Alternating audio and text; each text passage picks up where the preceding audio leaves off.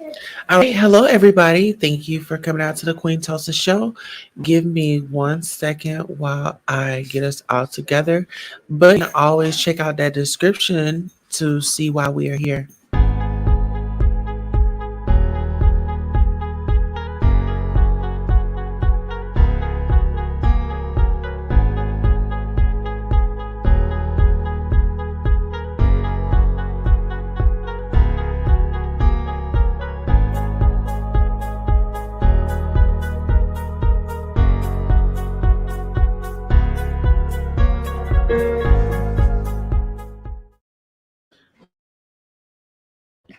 Hello, hello, hello. Thank you all for coming back to Keeping Up with Queen Tulsa. I'm your host, Queen Tulsa. We are definitely here tonight to have a great um, enjoyable time. We're actually going to review Fatal Attraction. So, without further ado, give me a second and I will be right with you. All right. So,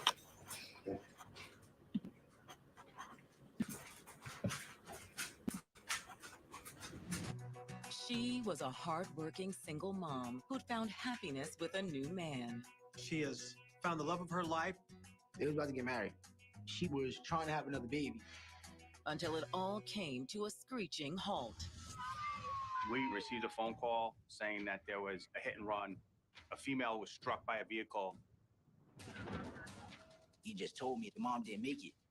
I cried for about a month straight, every single day. But was the fatal hit and run a tragic accident? Or had romance taken a wrong turn? What do you mean? What am I talking about? There are rumors on the street. You made a foolish mistake. This girl was a stone troublemaker. She was this jealous woman type. She may have been almost lured to the area. She had no idea what she was walking into. I don't think anyone anticipated murder. Okay, I'm here right now.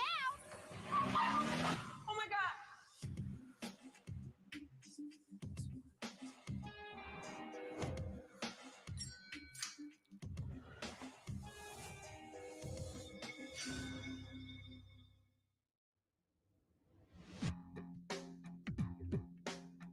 April 18th, 2015.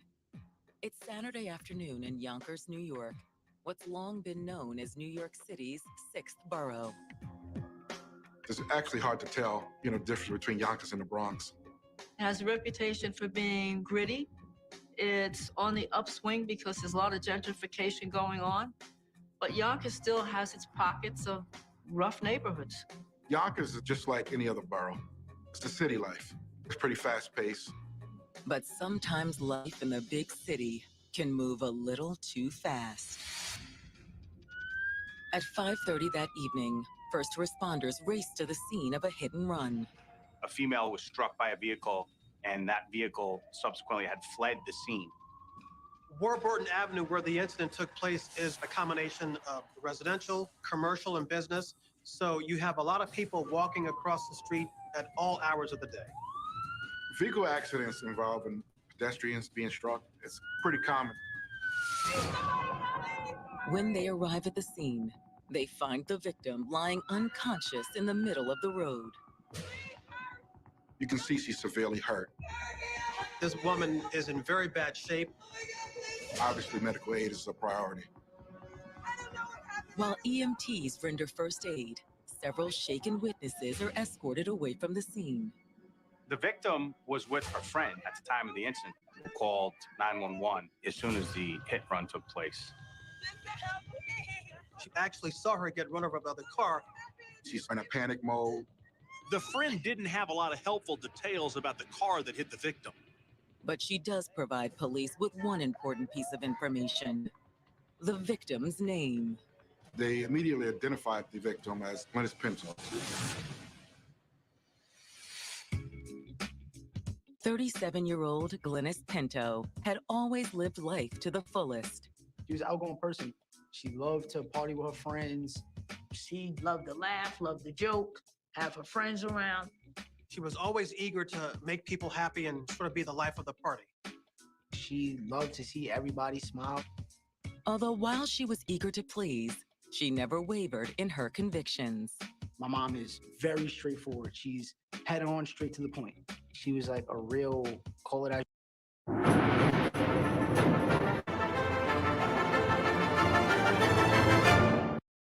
you see a person. She sets her mind on whatever it is to get done. Whatever she makes up her mind to do, she'll do it. Glynis's focus and determination served her well when she became pregnant with her son, Nasir. She was 19, pregnant with him. She was kind of scared at first. My father was incarcerated at the time, and then they called it quits. She really took to the job of motherhood in a very serious and affectionate way. She adored her son. That was her best friend. Well, I'm talking about two peas in a pot. They're very close. She liked to make me more happy than anything else. As long as I had a smile on my face, she didn't care about anything. But she also made sure her son was prepared for the future. She's growing a young man, and she made sure that he'd be able to not only just grow, but to take care of himself. She was very strict with me growing up. She stayed on him on a constant basis. My mother taught me how to do everything. Being a single mom wasn't always easy, but Glynis made it look effortless. If anything was wrong, I didn't notice it because my mom kept her composure and she always made sure everything was right. I never wanted for anything growing up. She did what she had to do every time because it was just her and her son. She didn't let nothing get in her way. To provide for her son, Glynis held a series of healthcare jobs. When I was younger, my mom worked in Westchester Medical Center. She did the housekeeping.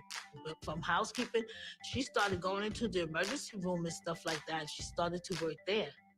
She was cleaning like all the operation gear and stuff. Later, Glynis took a job in the home healthcare field. Helping people, that's what she liked. She was kind of like jack of all trades. You could have put her anywhere, and she turns out good.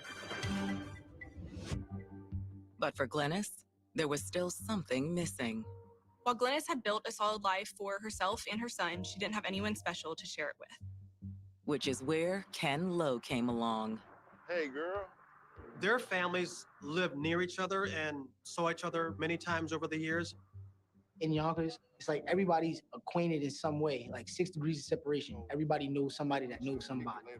How you doing? I'm all right. It's been a while. She began to look at him as perhaps someone that she might be interested in having no relationship with. It was cool. He was laid back. He was real humble. Soon, Glynis and Ken had become an item. He was a big dude, but he was a giant, gentle beast. Before long, Ken had moved in, and he and Glynis began making plans for the future. My mom was trying to have another baby. They were talking about it for a little while.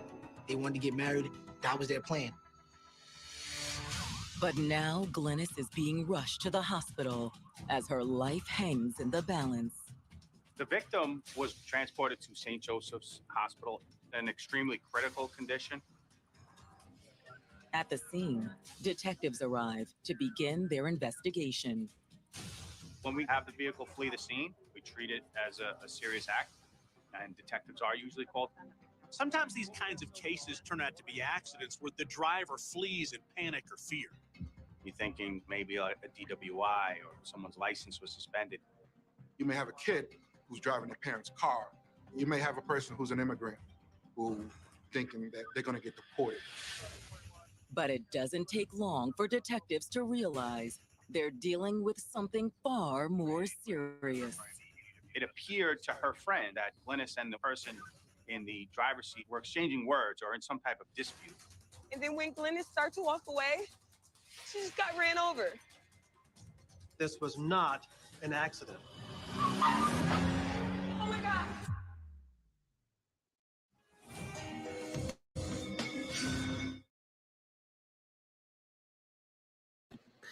Okay, so far, what I'm gathering is, they're telling us about this young lady, she's working, she's trying to support her child, and she meets this guy. And so when she meets this guy, something else is going to happen. Now, this is fatal attraction. So, is there one lover involved? Is there two lovers? Is there three lovers? We don't know. So, that's just a little heads up. I'm seeing everybody's comments in the chat.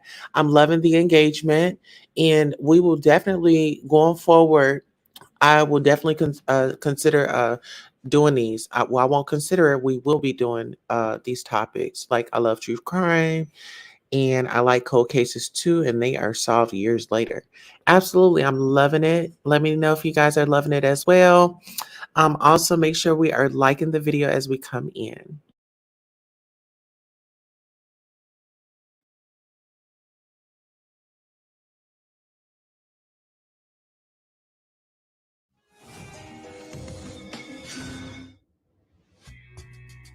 In the spring of 2015, 37-year-old Glennis Pinto was flying high with boyfriend Ken Lowe. She has found the love of her life. They're planning a wedding. They're talking about having a child together. Glennis is a very happy woman. Things were going well. They were supposed to get married in Vegas. But now, EMTs have just rushed Glennis to the hospital after a hit and run on a busy downtown street. It is clear that she's got some serious injuries. She had fractures and breaks, as well as major organ damage.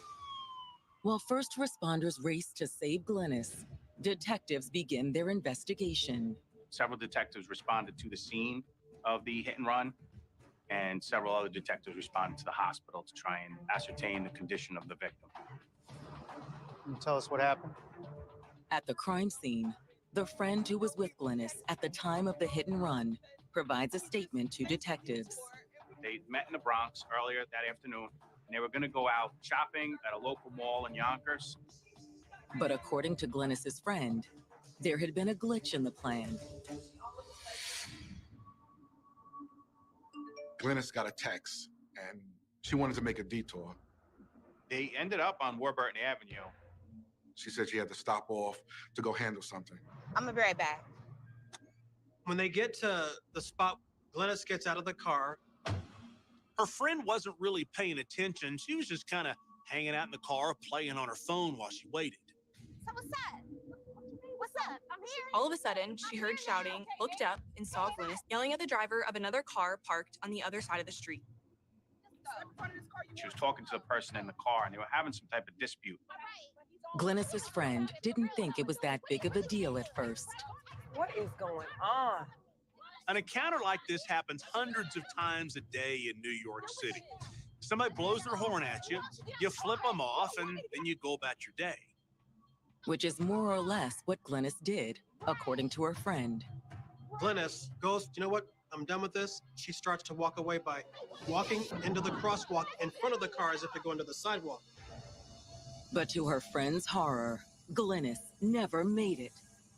As Glennis crossed the street, the driver of the car hits the gas, striking Glennis. Oh my God! Ms. Pinto was on the hood of the vehicle, trying to hang on for several seconds. The car continues driving for about 30 or 40 more yards. Glennis, unfortunately, falls off the front of the vehicle. He watches in horror as the car runs over Glennis. Glennis's friend sees this transpire, dial 911 to get the police there and get her first aid. But despite their best efforts, there's nothing anyone can do for Glennis. She was pronounced dead upon arrival at the hospital.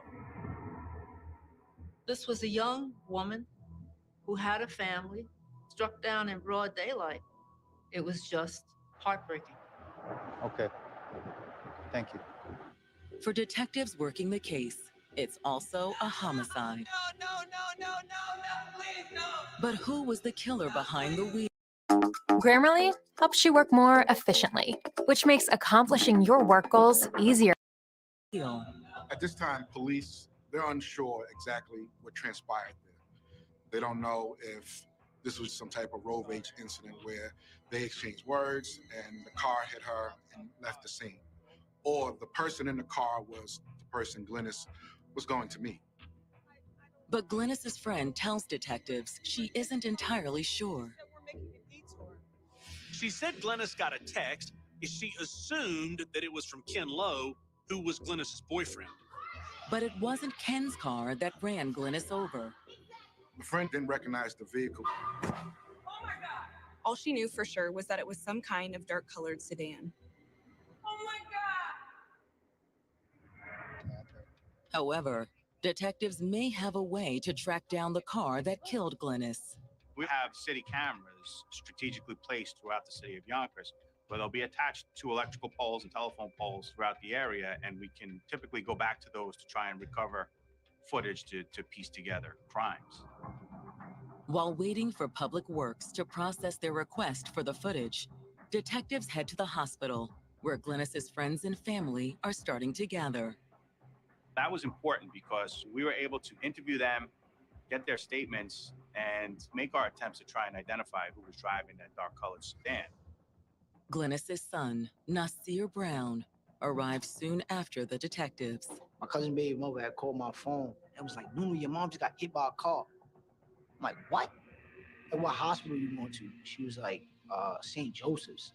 So as soon as I got out the car and I got into the first set of doors, it was a detective that I knew. He just told me, your mom didn't make it. And from there, like, everything just goes to a blur. After giving Nasir some time to collect himself, lead detectives pull him aside for a brief interview. One of the first things they asked, do you guys know of anybody that wanted to harm Glennis? They asked questions to see if Glennis had any enemies or any problems that could have led to this. Do you know anyone that might want to hurt your mom? I didn't know what to think at all. Everybody loved her. They always had something good to say about her. Even though everyone adored Glennis, she didn't always have the best luck with romantic relationships. Some people have mentioned a current boyfriend, Ken Lowe. Any troubles there? Yeah, there's been a few issues lately. Glennis's son told police that Ken had been cheating on her. It happens. Men sometimes make foolish mistakes. That's what he did. He made a foolish mistake. But now detectives want to know, did Ken's foolish mistake have fatal consequences? Now detectives were looking at the possibility that the cheating and the hit and run were connected. What do you mean? What am I talking about? So you're gonna sit here and act like I'm stupid?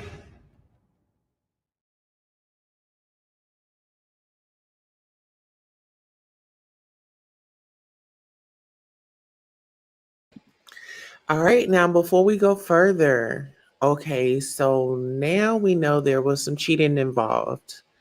Okay, now we've all been cheated on. We probably all been cheated. Now, that's why they say love will make you do some crazy things. And I think we're actually about to see how crazy it will get. Was it a side chick? We're not sure.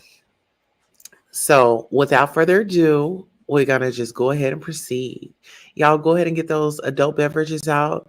Please don't forget to hit the like button as we're coming in. And let's also share this as well. Let's get us in the algorithm.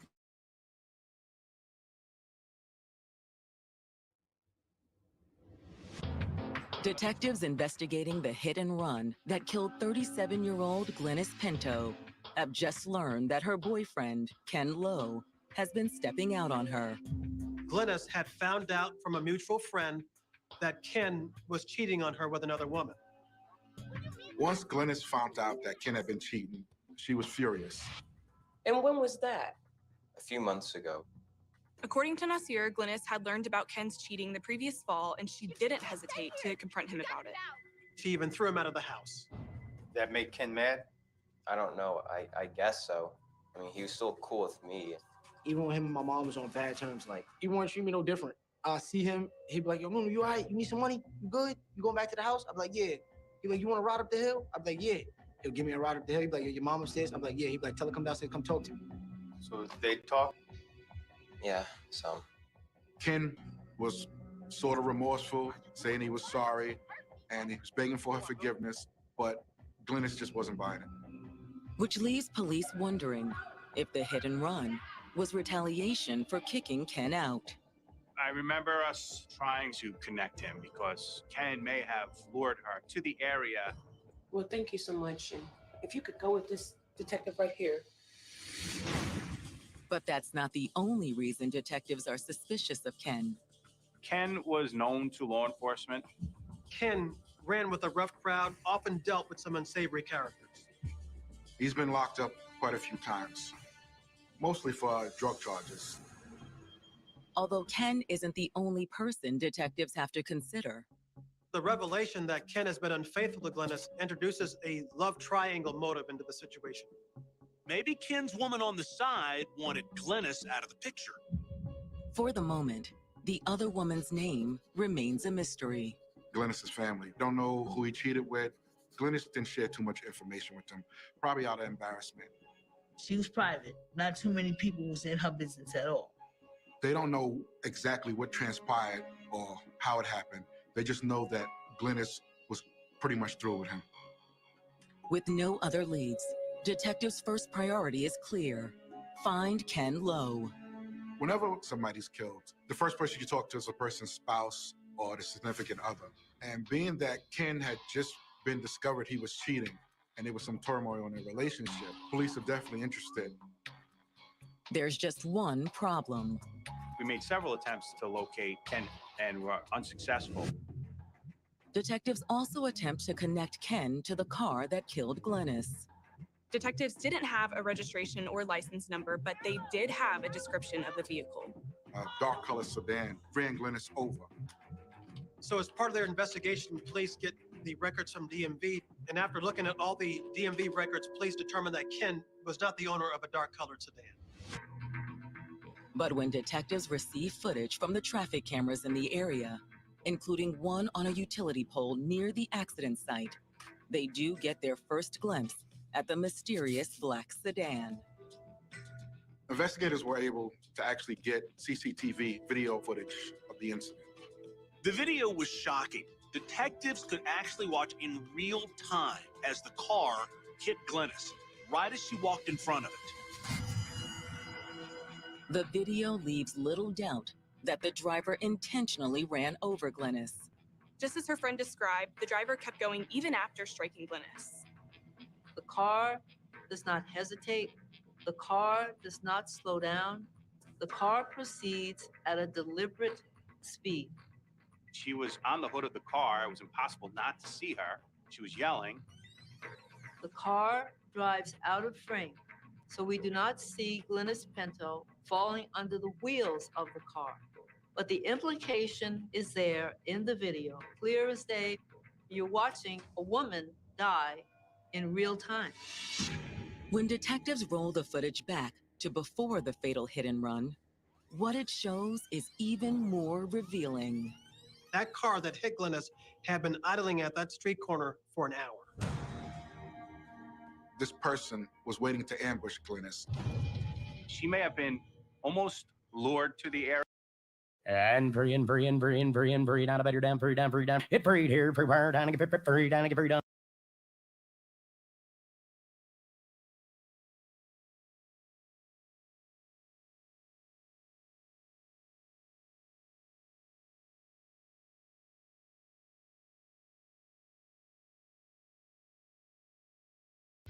Police are thinking that, yes, indeed, the person that texted Glennis was the person behind the wheel of that dark-colored sedan. But even with video of the crime, detectives are no closer to finding the killer. Unfortunately, with the videos, we weren't able to get a license plate number, and we weren't able to identify the driver. Between the distance and the angle, the images just weren't clear. You couldn't see who was driving.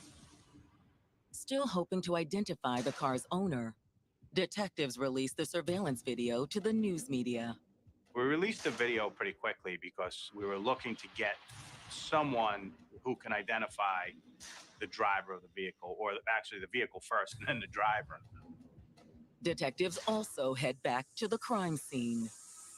The police decide to go back to recanvass, see if they can come up with some new leads there. And they talk to the owner of a bodega on the corner where Glennis was hit. When they asked him if he saw anything, he gave them their first real lead. The owner of the bodega said he himself got a good look at the driver of the sedan. He claimed when the car ran over Glennis that there was a woman behind the wheel.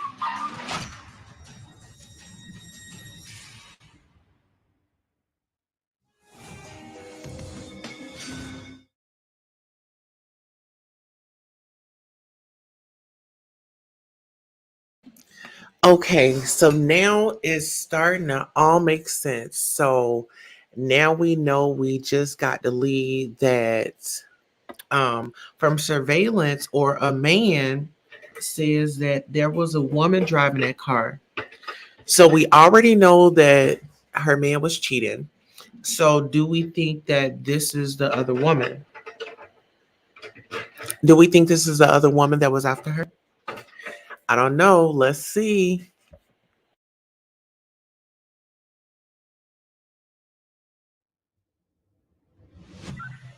Canvassing the area around the hit and run that killed 37-year-old Glennis Pinto has just given detectives their first lead on the driver's identity.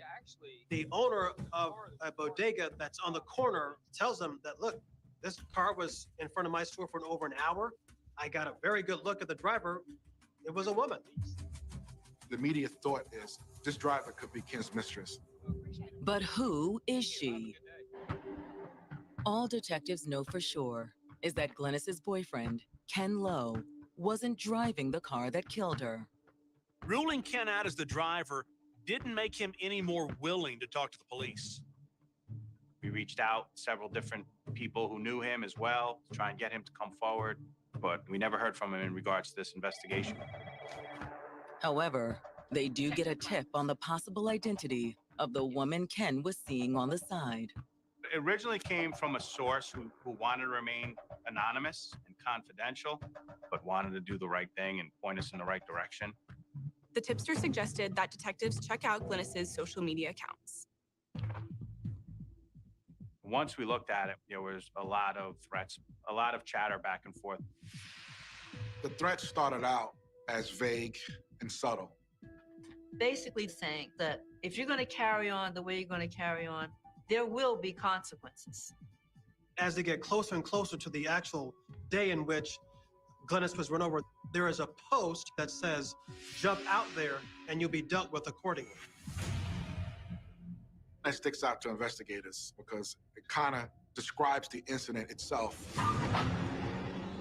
The person who made the threatening comments is 36-year-old Carla Scott.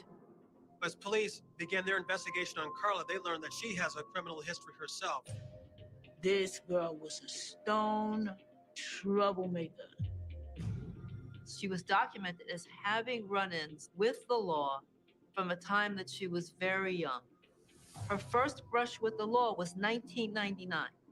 Carla's most recent arrest was in 2008 when she was arrested with $1,500 worth of crack cocaine. Would Carla soon add murder charges to her rap sheet? To detectives, it appears possible that she'd followed up on her threats with deadly results. Carla Scott showed a pattern. Okay, so now, listen, guys. Okay, so now we're on the part where it's social media beef. And I feel like we all can resonate with that. I mean, look at YouTube. There's a lot of beef. You know, it doesn't have to be a fatal attraction, but we see and understand that people really take that stuff serious. And all this doxing and stuff, I feel like is ridiculous, but you just never know the spaces that people are in their head. So just try to avoid. It says, wow, what a piece of crap. So your ex-girlfriend gets ran down and he don't even go and talk to the police to help them. He avoided their phone calls. Wow. Let's keep watching. Of criminal behavior. She had a lot of run-ins with the police. Now the question for detectives was, how did Carla know Glennis? We started asking Glennis's friends and family if they're familiar with the name Carla Scott. Glennis's family tells detectives they know Carla well. My mom and Carla, they was good friends. Friends that was like family, but they weren't really biological family, going all the way back from when I was a baby. Their children were the same age. They were always at each other's houses. My kindergarten graduation, she was there. But all it took was an unpaid debt to turn the old friends into bitter enemies. They had a falling out over something petty, like over a couple dollars. Carla act like she didn't want to pay the money back or whatever the case may be. And you know how that goes. They just kept getting into beefs back and forth, back and forth, back and forth. Like they had a little vendetta against each other. Which leaves detectives wondering, had Carla's little vendetta taken a deadly turn? Maybe Glennis's death didn't have anything to do with Ken's infidelity after all. Detectives take the mugshot from Carla's police file and go back to the bodega to show the owner in hopes of making a positive ID. We put that picture in a photo array, or 6-pack photo spread. A photo array is when you have 6 pictures and one is your suspect and the other 5 are just random people who have nothing to do with the incident. The bodega owner identifies Carla as the woman behind the wheel of the sedan outside his store, and ultimately as Glennis's killer. Once we identified her as a suspect, we identified her last known address, which was in Mount Vernon. We went to that address and we spoke to her brother.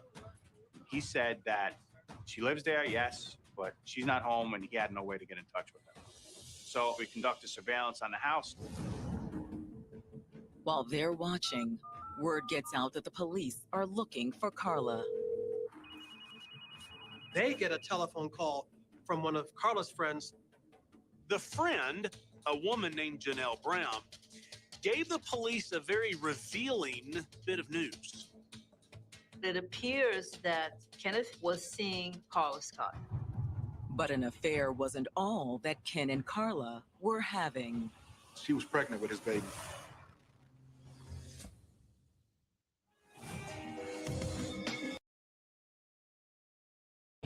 Wow, wow, wow.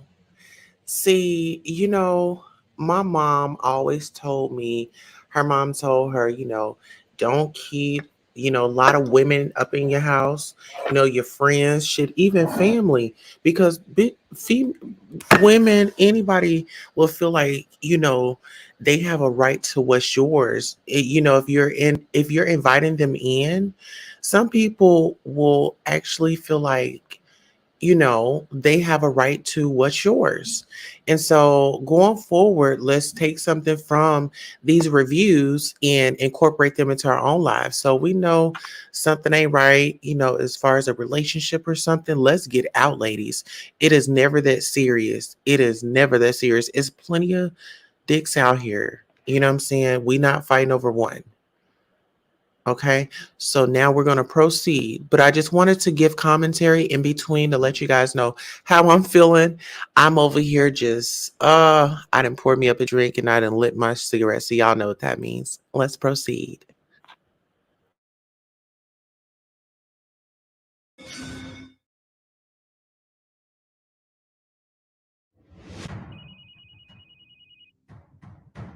It's Detective Monaco.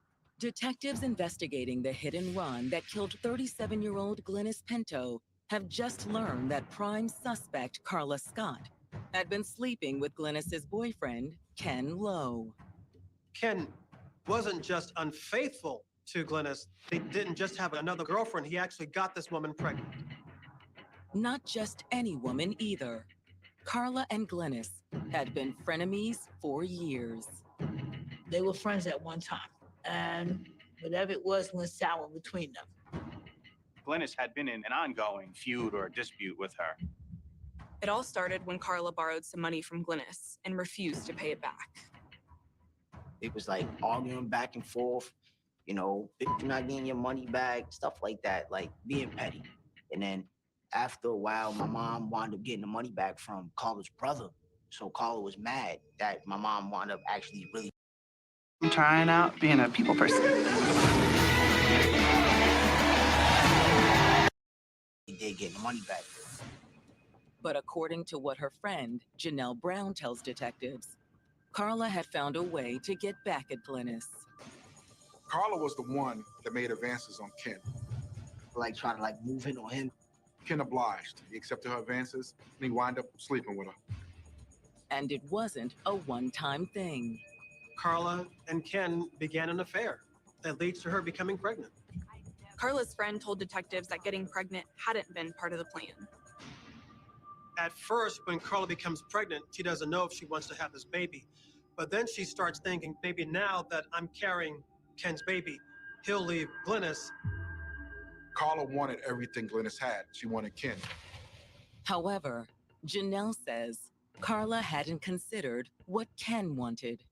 Once Ken found out that Carla was pregnant, he gave her the cold-hearted truth, which was that he didn't want to be with her. Ken tells Carla that what happened between you and me was a mistake. Carla's friend tells police that Carla is just furious that Ken has chosen Glynis over her. She's angry because she didn't have what Glennis had. Carla Scott was angry. Carla Scott did not want to be challenged by another woman. She staked out her territory, and she decided that she was going to end that relationship. According to Janelle, it was Carla who made sure word got back to Glynis about the affair. When Glynis found this out, she was very upset.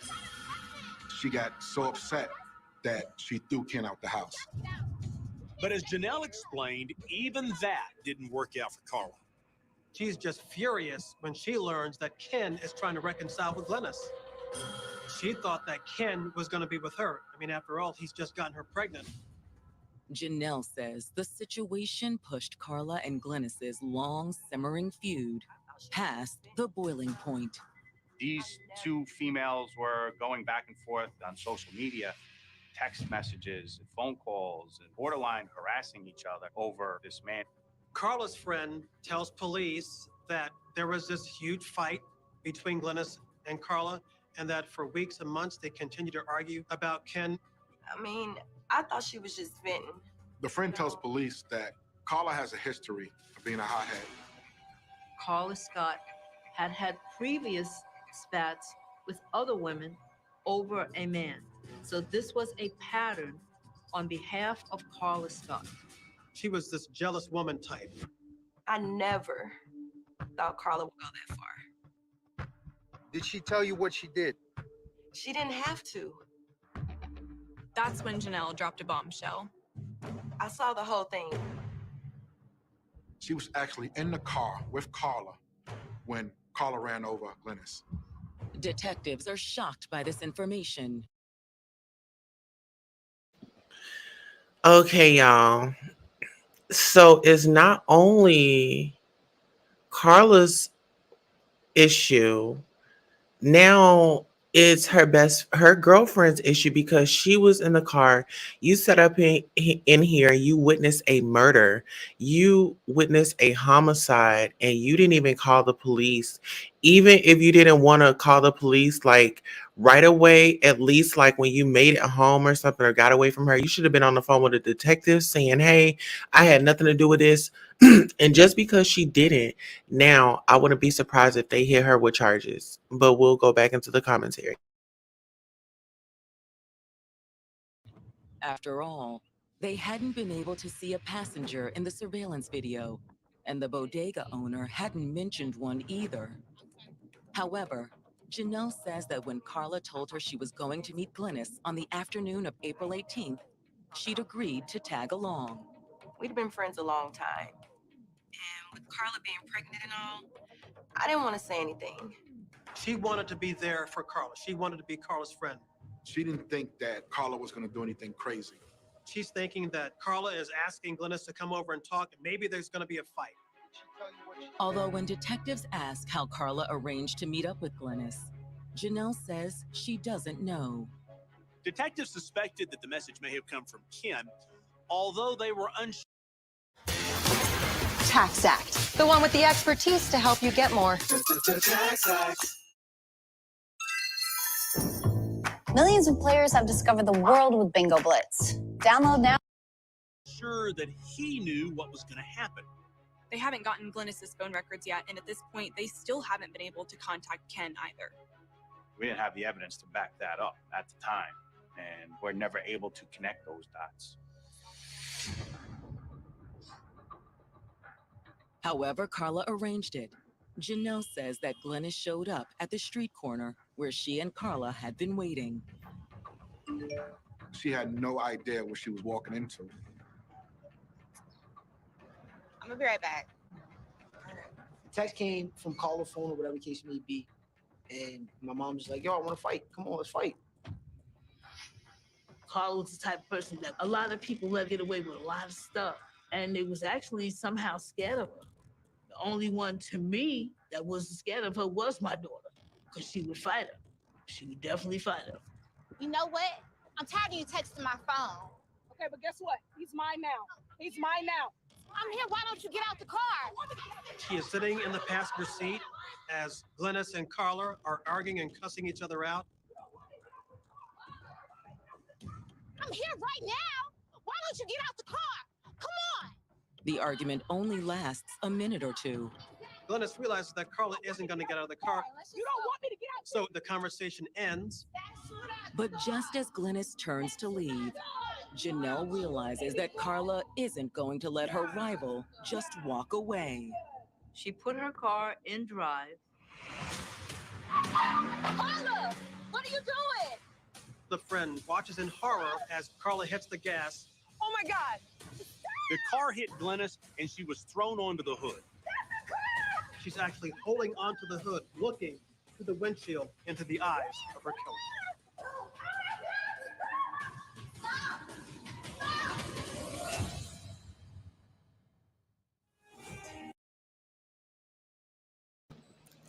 What in the devil driving is going on?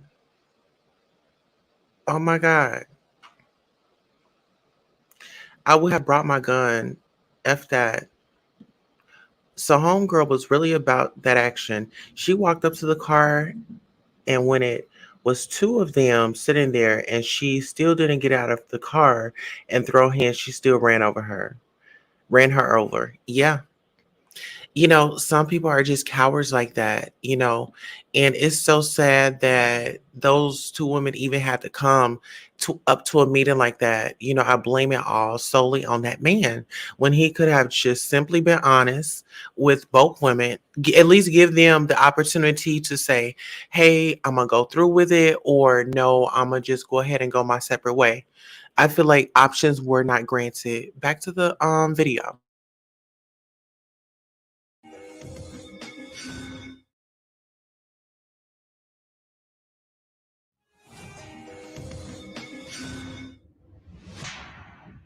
A friend of Carla Scott has just contacted detectives with a chilling firsthand account of the hit and run that killed 37-year-old Glennis Pinto. She drops a bombshell that she was in the car when Carla ran Glennis over. She was completely horrified. She wasn't expecting Carla to do that. But if that was the case, why hadn't she come forward sooner? She thought that she would be considered an accessory to this incident, so she was reluctant. But guilt had got to her, and she felt that she needed to do the right thing and tell the truth. Thank you very much. We'll be in touch. Janelle's statement gives detectives more than enough evidence to arrest Carla, but they still have to find her.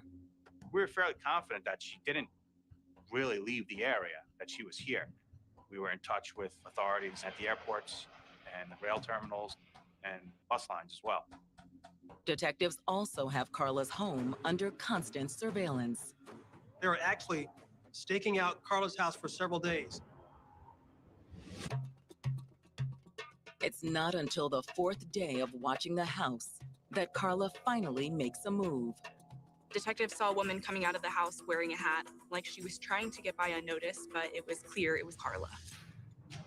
Detectives waste no time apprehending her.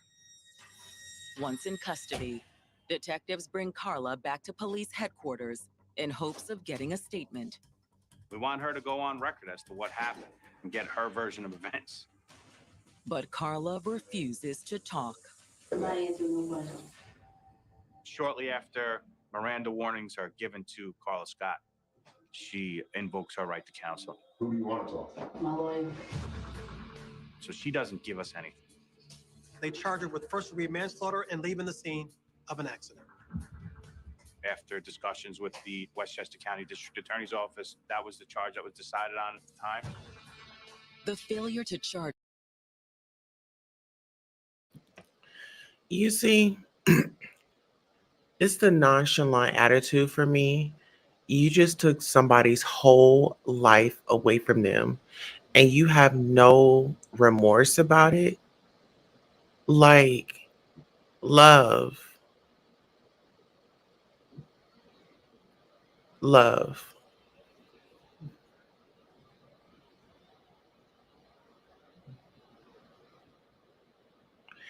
It's sad. It's so sad. And if I was face to face to this young lady, I wouldn't even, I'm not going to be negative, but I would just tell her like this: you were wrong. You tried to take someone else's man. And that's our problem. You didn't get the love that you deserve. You didn't get the love that you needed as a child because you going out and doing the actions that you did, you stole this woman's man. You saw how she was getting treated. And what you fail to realize is just because a guy treats one woman a certain way does not mean that you're going to get that same treatment. You want to know why? Because guys have different women for different things. And honey, it was just a purpose that you did not serve. And you pretty much was a late night hit it and quit it. He was not interested in you. You couldn't take it and you ruined this girl's life. So now you have to sit in your misery. And I hope that she comes and visits you in your dreams every day of your sentence. All right, we're going to get back to the video. Charge Carla with murder leaves the community outraged. It was deliberate, intentional, and with no remorse.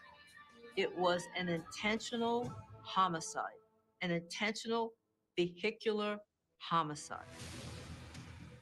When Carla goes to trial on July 12, 2016, prosecutors say there's no doubt she was the one who'd run Glennis down. We had witnesses who knew Carla. We had some witnesses who didn't know Carla, but were able to identify her later once shown her photo. Prosecutors also say there is no doubt Carla meant to do it. This was a love triangle, and Carla was trying to eliminate Glennis Pinto from the equation. She waited for Glennis Pinto to come out to the corner. Carla hits the gas, striking Glennis. Then Carla Scott, after Glennis Pinto was run over, drove home. That was it.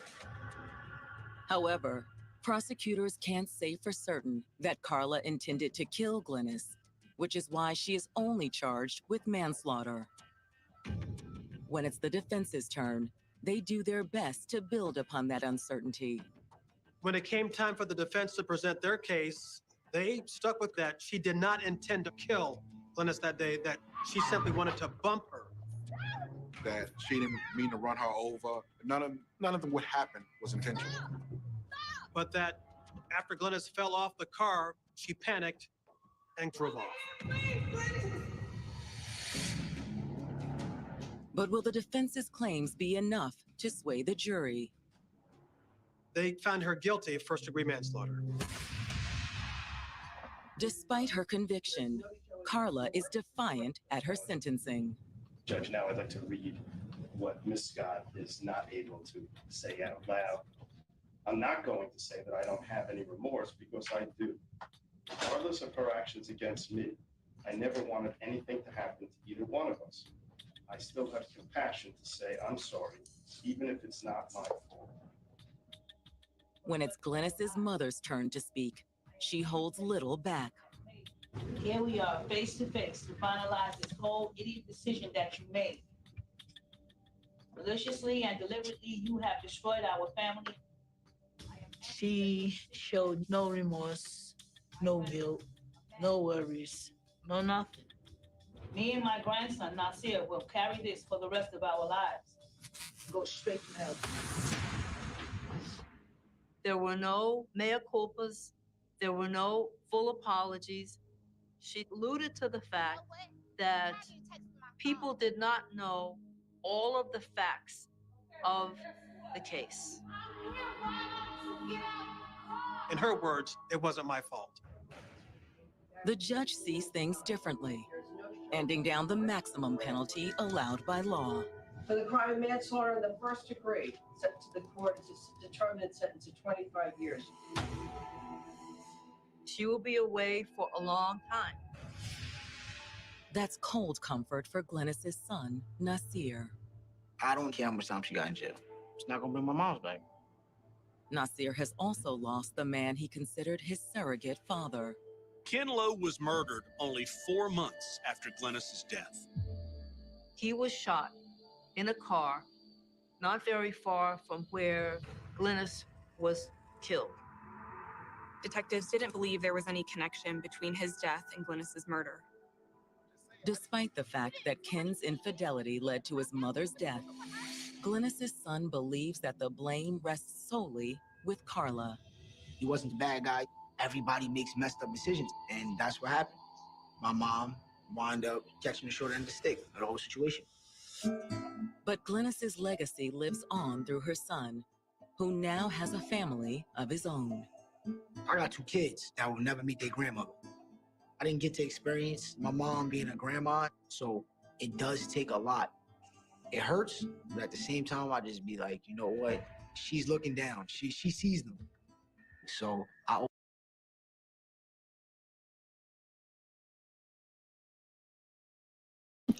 Wow. What a story, a tragedy, a fatality. And, this woman gets 25 years and his mother is still not back. You know, I blame all parties involved. She got that. I'm always getting picked last. Look for self-esteem is totally in the toilet. Yeah. And Ken passes away 4 months after and in the same area. So what do you guys think that says? It's like what goes around comes around, maybe? What goes around comes around. I really don't agree with the girl that went and got in the car and rode with her because, it's like, girl, I would have threw that damn car in park or something, snatched the keys out. No, ma'am, I'm in this car with you. I don't care if the engine would have failed out the middle. Get me out this car. But, just be careful of who you're meeting, ladies.